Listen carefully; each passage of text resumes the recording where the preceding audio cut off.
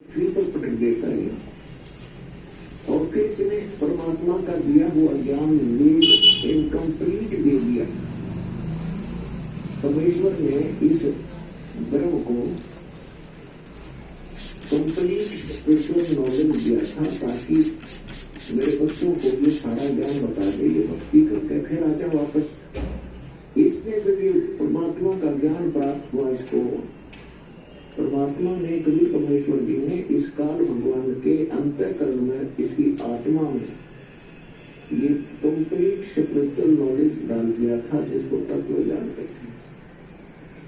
और सभी आने पर ये जो बाहर आया वो स्पिरिचुअल नॉलेज यानी वेद, कंप्लीट वेद, पूर्ण वेद, ये एक ही ज्ञान था। फिर इसने क्या किया कि इसने वो पोर्शन निकाल दिया जो परमात्मा की सीधी जानकारी थी और वो मंत्र इसने नष्ट कर दिए।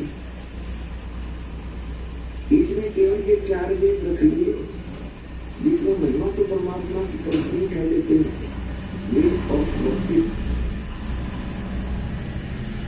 परमात्मा की पूजा का जो मार्ग है वो केवल ब्रह्म करता है। ओम नाम का जाप लिखा है, लेकिन ये ध्यान में 40वें मंत्र 15 में वायु अनिलम अमृतम भस्मांतम शरीरम अखिलम भस्मांतम शरीरम ओम कर्तु समर कल्लो समर और कर्तु समर। ओम नाम का काम करते करते श्रद्धा के साथ सेवन करो, मनुष्य जीवन का मूल कर्तव्य जानकर इस नाम का जाप करो। फिर 40वें अध्याय के 17वें श्लोक में बताया गया है कि वो परमात्मा जो पूर्ण परमात्मा वो तो गुप्त है, उसकी जानकारी ये नहीं रखता क्योंकि बताना नहीं चाहता। और ये वेद ज्ञान फिर ये बता रहा है कि मेरा ओम नाम है और इसकी भक्ति करो। यही ज्ञान 4 वेदों वाला निष्कर्ष श्रीमद् भगवत गीता के अंदर ज्ञान है। 8वें अध्याय के 13वें श्लोक में इसमें विश्वास किया है कि ओम इति एक अक्षरम ब्रह्म व्यवहारम माम अनुसमरण ये प्रियाति तदंतेहम सयाति तमामति। मुझ ब्रह्म का जो एक ओम मंत्र है, उच्चारण करके सिमरण करता हुआ जो श्री छोड़ कर जाता है, ओम से मिलने वाली जो गति है वो परम गति इससे हो जाएगी। वो क्या है? ओम नाम का जाप ब्रह्म का है, ब्रह्म के पुजारी ब्रह्म लोक में जाते हैं। 8वें अध्याय के 16वें श्लोक में स्पष्ट किया है कि ब्रह्म लोक में गए जो प्राणी फिर ब्रह्म पूर्ण। इसलिए गीता ज्ञानदाता ने 18वें अध्याय के 65वें श्लोक में कहा है कि अर्जुन तू सर्वभाव से उस परमेश्वर की शरण जा, उसकी कृपा से तू परम शांति को और सनातन परम धाम को प्राप्त होगा। यजुर्वेद अध्याय नंबर 5 के मंत्र 32 में उसमें स्पष्ट किया है कि उसी कसी मूल संस्कृत है, उसी कसी कबीर अंगारी असी बम्भारी असी क्षर ज्योति धामासी। कबीर उसी कसी का अर्थ जो पूर्ण शांतिदायक है, जो परम शांति देने वाला है। कबीर अंधारी असी वो पापों का नाशक, पाप नाशक, सब पापों का नाश करने वाला, पापों का शत्रु वो कबीर देव है, कबीर परमेश्वर है। ब्रह्मारी ऐसी बंधनों का शत्रु, अरिमाने शत्रु, ब्रह्म माने बंधन। तो कर्मों के बंधन से हम यहाँ जकड़े पड़े हैं और कर्म के बंधन को केवल कबीर परमात्मा ही काट सकता है। और वो कहाँ रहता है? वो सतलोक में रहता है। अब गीता अध्याय नंबर 15 के श्लोक 17 में स्पष्ट किया है कि वो गीता ज्ञानदाता जो कह रहा है 18वें अध्याय के 62वें श्लोक में कि उसकी शरण में जा, उस परमेश्वर की शरण में जा, उसकी कृपा से तो परम शांति को, सनातन परम धाम को प्राप्त होगा। तो वो परमात्मा वो है जो गीता अध्याय नंबर 15 के श्लोक 17 में बताया है कि उत्तम पुरुष तू अन्य परमात्मा इति विधारत है, ये लोग तरम आविषयवर्ती अवेश्वर है। गीता अध्याय नंबर 7 के श्लोक 29 में गीता ज्ञानदाता कह रहा है अर्जुन को कि जो मेरे ज्ञान को आश्रय कर लेगा, वो क्या बताना चाहता है? चौथे अध्याय के गीता में 32 और 34 श्लोक का निष्कर्ष है कि परमात्मा स्वयं आकर के विस्तार के साथ यज्ञों यानी धार्मिक अनुष्ठानों की जानकारी स्वयं देते हैं और उसको तत्व ज्ञान कहते हैं। वो अपने मुख कमल से बोलते हैं। वो सच्चिदानंद घन ब्रह्म की वाणी जो है वो तत्व ज्ञान होता है। चौथे अध्याय के 34वें श्लोक में स्पष्ट करता है कि मैं उससे परिचित नहीं हूँ। उसके लिए तो तत्वदर्शी संतों की खोज कर और उनको दंडवत प्रणाम करने से, कपट छोड़कर उनकी सेवा करने से वो तत्वदर्शी संत उससे उस तत्व ज्ञान का उपदेश करेंगे।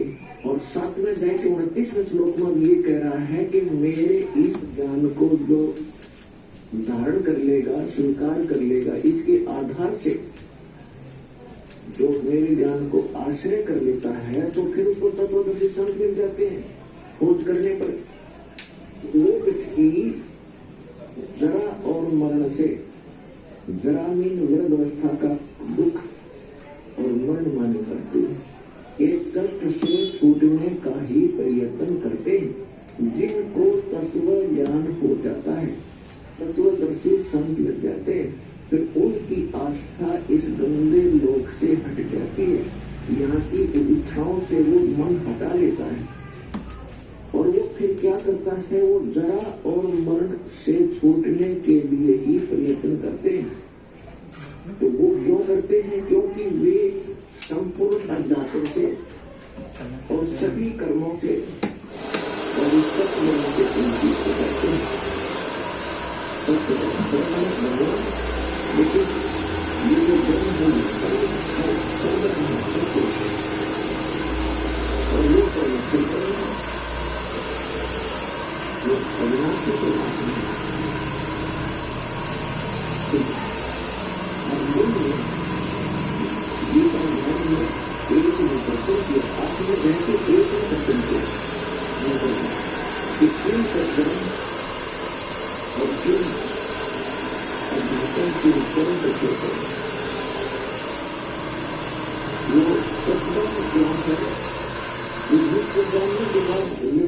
कोई इच्छा नहीं रखता और केवल जरा और मन से छूटने का ही प्रयत्न करता है। वो क्यों तत्व, वो तत्व क्या है और क्या कर्म है और अध्यात्म किसे कहते हैं? गीता ज्ञानदाता ने 8वें अध्याय के 30वें श्लोक में कहा कि वो परम अक्षर ब्रह्म है। वो परम अक्षर ब्रह्म है, ये स्वयं ब्रह्म है और वो परम अक्षर ब्रह्म है। उसको सच्चिदानंद घन ब्रह्म भी कहते हैं। तो इस प्रकार हमें ज्ञान हुआ कि वो परमात्मा है जो हमें सुख देता है। तो धर्मदास जी को परमात्मा बता रहे हैं कि से जब ये दुखी हुए, क्योंकि स्वर्ग में भी उनको मिलता जुलता सा सुख लगे सतलोक का। जब आप यहाँ आए तो सतलोक से नीचे आए तो ब्रह्मलोक में मिलता जुलता सा तुम्हें राहत मिल रही थी। और जब तुम्हारी पूंजी समाप्त होगी, तुम होगे कंगाल, तो पटक दिए पृथ्वी पर कि फिर धन जोड़ो आओ यहाँ पर, फिर तुम्हें कुछ समय सुख मिलेगा। अब ये स्वर्ग और ये महास्वर्ग जिसको ब्रह्मलोक कहते हैं, तो महास्वर्ग कहते हैं। ये तो ऐसे हैं जैसे रेस्टोरेंट होते हैं, जैसे हरियाणा, पंजाब, राजस्थान, उत्तर प्रदेश, मध्य प्रदेश आदि इन राज्यों में गर्मियों के मौसम में बहुत गर्मी पड़ती है। और जो सेठ साहूकार कुछ व्यक्ति जिनके पास घना धन हो जाए, वो क्या करते हैं? जब इधर चले जाते कुल्लू, मनाली, शिमला के अंदर गर्मियों का समय व्यतीत करने के लिए वहाँ ठंडा क्षेत्र है, तो वहाँ क्या करते हैं? एक होटल में कमरा किराए पर लेते हैं, सारा उस होटल में खाना खाते हैं। तो वहाँ उनको जो पूंजी ले जाते हैं 50-60 हजार रुपए, तो वो उनकी पूंजी वहाँ खत्म हो रही है, वो सुख अवश्य प्राप्त करे। और जब उनकी वो धन समाप्त हो जाएगा, उनको फिर से कर्म क्षेत्र माना पड़ता है और अगले वर्ष हो सकता है इतनी पूंजी ना बचे कि हम होटल में जा सके 2 महीने 3 महीने काटने के लिए नहीं बुलाएंगे, तो फिर वही पड़ा रहना पड़ेगा उसको। तो ऐसे यहाँ के स्वर्ग महास्वर्ग बताए हैं। उसके लिए गीता ज्ञानदाता कहता है कि कंप्लीट चाहिए, संपूर्ण शांति चाहिए। तो उस उसके लिए ऑप्शन छोड़ते हैं कि मैं नहीं जानता, तब तो पूछो। तो ये दास रामपाल दास तत्वदर्शी संत इस विश्व में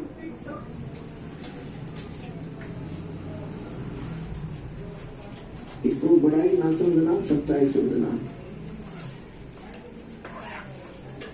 और इसको प्राप्त करके अपना कल्याण करो बच्चों। बहुत योग्य हो गया अपने यहाँ बैठता। तो परमात्मा क्या कहते हैं कि जब मैंने इनको देखा, पता तो था मुझे कि इनकी दुर्गति होगी, ये चल तो पड़े यहाँ से छोड़कर मुझे, लेकिन कहते हैं बच्चे गलती कर देते हैं, माता पिता फिर भी पीछे पीछे करते हैं। तो वो कबीर परमेश्वर जो है ये हमारा वो मालिक है, परमात्मा है, जिसमें सर्व गुण है। तुमेव माता च पिता तुमेव, तुमेव बंधु च सखा तुमेव, तुमेव विद्या च धर्म तुमेव, तुमेव सर्वम देव। ये वो परमात्मा है जो हमारा सच्चा माता पिता है, क्योंकि उत्पत्ति करता यही है, हमारी माता भी यही है, पालन करने वाला पिता भी यही है, एक सच्चा साक्षी बंधु मित्र भाई यही है। हमारा आज कितना अच्छा भाई हो, कितने अच्छे माता पिता बहन हो, तो हमें वो यही थोड़ा बहुत सहारा दे सके। जब यहाँ से गए तो अकेले, तो वो परमात्मा यहाँ भी भाई है, यहाँ भी पिता है, और यहाँ से जाएंगे तो वो हमारा साथी है। तो उसको छोड़कर हम दुखी हो गए, उसको प्राप्ति का मार्ग हमें मिला नहीं, और जिस कारण से हम प्रयत्नशील भी रहे, लेकिन परमात्मा से मिलने वाली राहत से हम वंचित ही रहे। अब देखिए आपको कैसे सुख होगा। तो परमात्मा ने कहा कि धर्मदास, जब मैंने देखा कि इतने दुखी हो गए, मुझसे देखा नहीं गया, तो परमेश्वर कबीर जी अपना रूप बदल कर अपने पुत्र जोगदीप का रूप बनाकर इस काल के प्रथम पड़ाव पर आकर खड़े हो गए।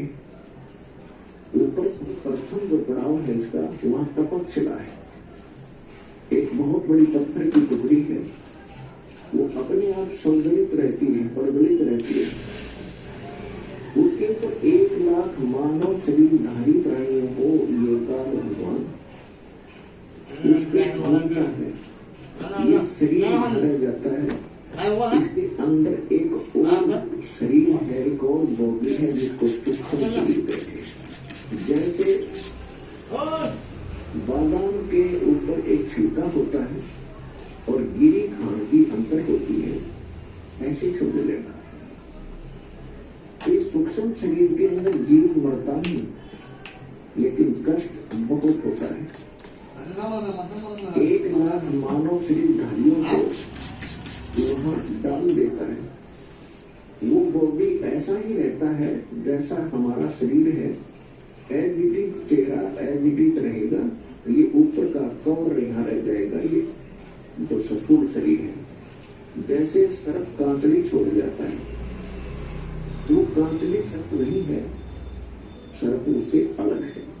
ऐसे इस प्राणी को ऊपर पटका जाता है, वहां उसमें तपक सिलाते, तो वहां बहुत बुरा हाल होता है। जैसे खीर भुना करते हैं, ऐसे चटक मटक प्राणी करते और उठ नहीं सकते, ऐसी सिद्धि से वहां कार्य किया जाता है। उनको भूनने का उद्देश्य क्या है कि आप सारे जीवन में जो भी खाते हो पीते हो, और आप एक और विशेष चीज देखो कि तम्बाकू, हुक्का, बीड़ी, ये इस बॉडी के लिए हानिकारक है।